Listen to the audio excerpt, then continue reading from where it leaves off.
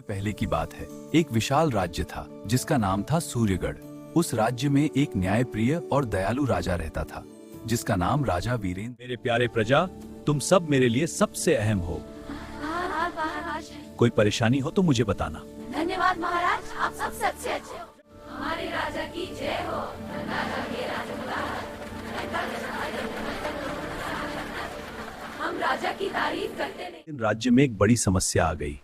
कई महीनों तक बारिश नहीं हुई, नदियां सूखने लगीं, खेत बंजर होने लगे और लोगों के घरों में खाने की कमी होने लगी।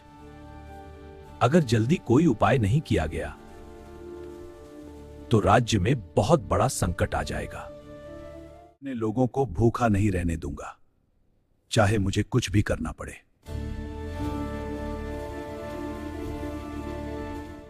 आपके राज्य को बचाने का एक ही रास्ता है। वह रास्ता क्या है महात्मा जी? ओडिशा के पहाड़ों के पीछे एक रहस्यमयी गुफा है। उस गुफा में एक जादुई झरना छिपा हुआ है। अगर उसका पानी आपके राज्य तक आ जाए तो फिर कभी सूखा नहीं पड़ेगा। वहां तक जाने का रास्ता बहुत खतरनाक है। वहां घने जंगल, ऊंचे पहाड़ और जंगली जानवर हैं। मेरे लोगों की जान बच सकती है तो मैं जरूर जाऊंगा।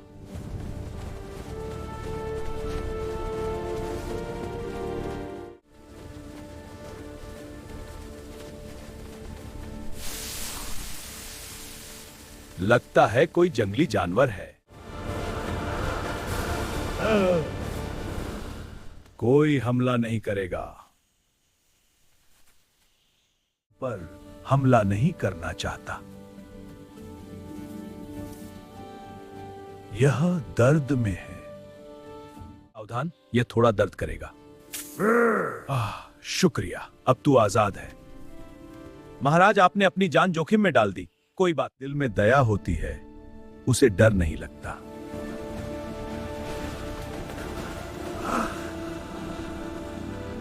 महाराज, अब हमसे आगे नहीं चला जा रहा।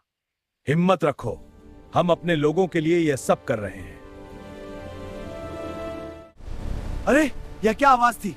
ऊपर देखो, पहाड़ से पत्थर गिर रहे हैं। सब लोग सावधान, गुफा की तरफ भागो। भागो, इधर उधर भागो।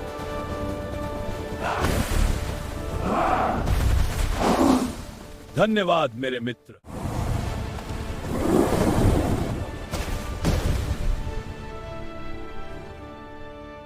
यह वही शेर। आपने उसकी मदद की थी, इसलिए आज उसने आपकी जान बचाई।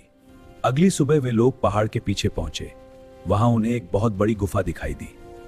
सिर्फ वही व्यक्ति अंदर जा सकता है जिसका दिल साफ हो। वाह, यह तो सच में खुल गया। सेनापति, यह गुफा बहुत अंधेरी है। हाँ महाराज, लेकिन हमारी यात्रा पूरी होनी चाहिए। देखो, और उसके बीच में एक जादुई झरना। हाँ, यह हमारी खोज का। कौन हो तुम? मैं सूर्यगढ़ का राजा वीरेंद्र हूं। मैं अपने लोगों को बचाने आया हूं। अगर तुम्हें यह झरना चाहिए तो तुम्हें 3 परीक्षाएं देनी होंगी। मैं तैयार हूं। पहली परीक्षा थी साहस की।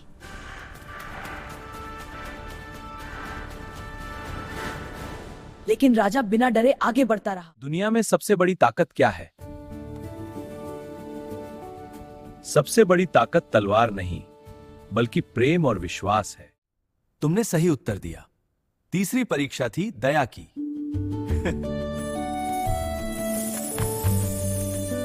अगर तुम चाहो तो यह सारा खजाना तुम्हारा हो सकता है, लेकिन फिर तुम्हें झरने का लोगों की खुशी चाहिए।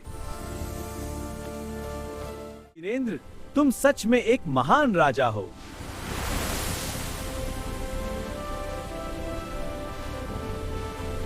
बाद राज्य में फिर से हरियाली लौट आई। खेतों में फसलें उगने लगी, लोगों के घरों में खुशियां लौट आईं।